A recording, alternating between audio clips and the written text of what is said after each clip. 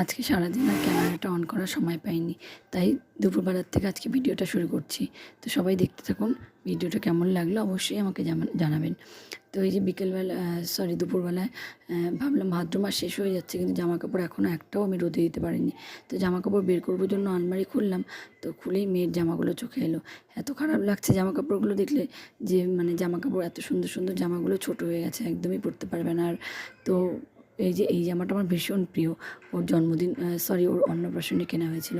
এত সফট জামাটা, এত সুন্দর, পরলেও ওকে কী ভালো লাগতো দেখতে।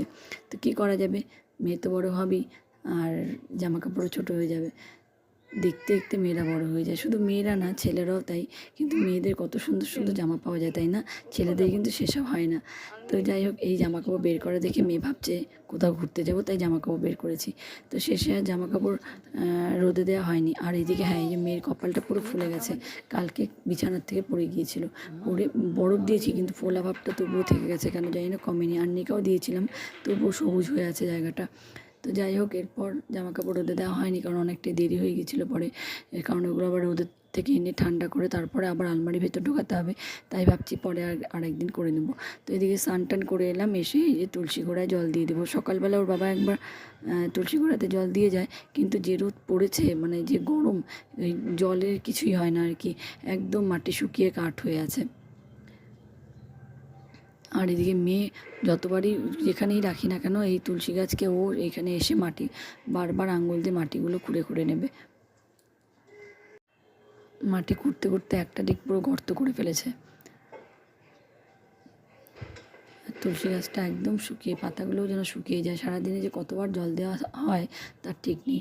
তো আর এদিকে এই যে জল টল দিয়ে এসে এদিকে একটু ড্রাই ফ্রুটস ভিজিয়ে রাখলাম বিকেলের জন্য। তারপর এদিকে মেয়েকে ঘুম পাড়াবো, ঘরে এলাম, এসে দেখি ঘরে কী অবস্থা করে রেখেছে। দুই ভাই বোনকে দরজা বন্ধ করে রেখেছিলাম ঘরের মধ্যে।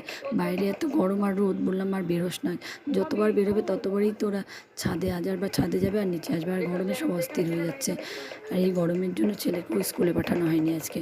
কালকে স্কুল থেকে এসে বেশ অস্থির হয়ে গিয়েছিলো, দিয়ে শরীরটাও খারাপ করছিল ওর। তারপর স্নান টান করে ঠান্ডা হওয়ার পরে শরীরটা ঠিক হয়েছিল, তাই ওর বাবা বললো আজকে আর স্কুলে পাঠাতে হবে না। তাই আজকে আর ওকে স্কুলে পাঠাইনি। স্কুলে পাঠালে বোধহয় ভালো হতো, বাড়িতে থেকে ওই খুব একটা হয় না, এত দুষ্টুমি করে, আর ঘরে যেহেতু থাকে না, তাই স্কুলে পাঠালেই ভালো হতো। আর এদিকে দেখুন, চারিদিকে আমি জানলা দরজা সব বন্ধ করে দিয়েছি, বন্ধ করে দিয়ে ফ্যান চালিয়ে এগজস্টটা দিয়ে দিয়েছি। এই এগজস্টটা দিলে না, ঘরটা অনেকটাই ঠান্ডা থাকে। ফ্যানটা ছাড়লে পরে এগজস্টের ফ্যানটা পুরো ঘরের যে গরম হাওয়াটা সেটা বের করে দেয়, আর ঘরটা ঠান্ডা থাকে। সেই জন্যই দরজা জানলা সব বন্ধ করে এই দুটোকে ঘরের মধ্যে রেখে দিয়েছিলাম। আর ঘরে থাকা মানে এই যে দুষ্টুমি করে যাচ্ছে। তারপর বিকেলবেলা না, এই রাত্রিবেলায় চলে গিয়েছিলাম একটা জন্মদিনে, আমাদের ভীষণ প্রিয় একটা মানুষের জন্মদিন। আর এই কেক দেখে আমার মেয়ে তো কিছুতেই ওয়েট করতে পারছে না, ও কেকের ফুল খাবে, সেটাই ওর সবসময় একটা লক্ষ্য। তো যাই হোক, কেক কাটার আগেই ওর টুকুস করে হাত দিয়ে ক্রিম নিয়ে নিয়েছে, ক্রিম নিয়ে একেবারে মুখে। তো আমি এটার জন্য খুব সাবধানে রাখি ওকে, কিন্তু আজকে আর ধরতে পারিনি, ও ঠিক আঙুল দিয়ে ক্রিম নিয়ে চেটে নিয়েছে। তারপর এই লাইটটা জ্বালানোর অনেক চেষ্টা করা হচ্ছিলো, কিন্তু লাইটটা শেষমেশ জ্বলেনি, কারণ কি এটা কেকের সঙ্গে ভুল করে ফ্রিজে রাখা হয়েছিল, তো যার জন্য এটা ড্যাম হয়ে যাওয়া, এটা জ্বলেনি। তারপর কেকটা কাটা হওয়ার পর, কাটাকাটি করার পর চললো আশীর্বাদের পালা। আশীর্বাদ হয়ে যাওয়ার পর আমার মেয়ে তো কিছুতেই ওখান থেকে আসবে না, ওই কেকের ওখানেই ঘুরঘুর করছিল বারবার করে। খুব একটা কেক যে সেদিন খাইও নি খুব একটা, কারণ তার আগে খেয়েছে কিছু চিপস, যার জন্য আর কেকটা ও খেতে পারেনি। আর এমনিতে কেক খেতেও ভালোবাসে, কিন্তু সেদিন কেন জানি না আর কি খেলো না সেই জন্য। তো যাই হোক, কেক শুধু কাটাকাটি না, মাখামাখি হয়েছে। এই যে আমার গালেও কেক লাগিয়ে দিয়েছে আমার এক দাদু।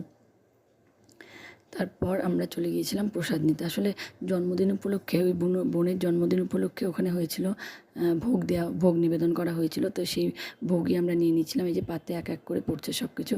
তো আজকে ভিডিওটা এখানেই রাখছি, সবাই ভালো থাকবেন, সুস্থ থাকবেন, দেখা হচ্ছে নেক্সট ভিডিও।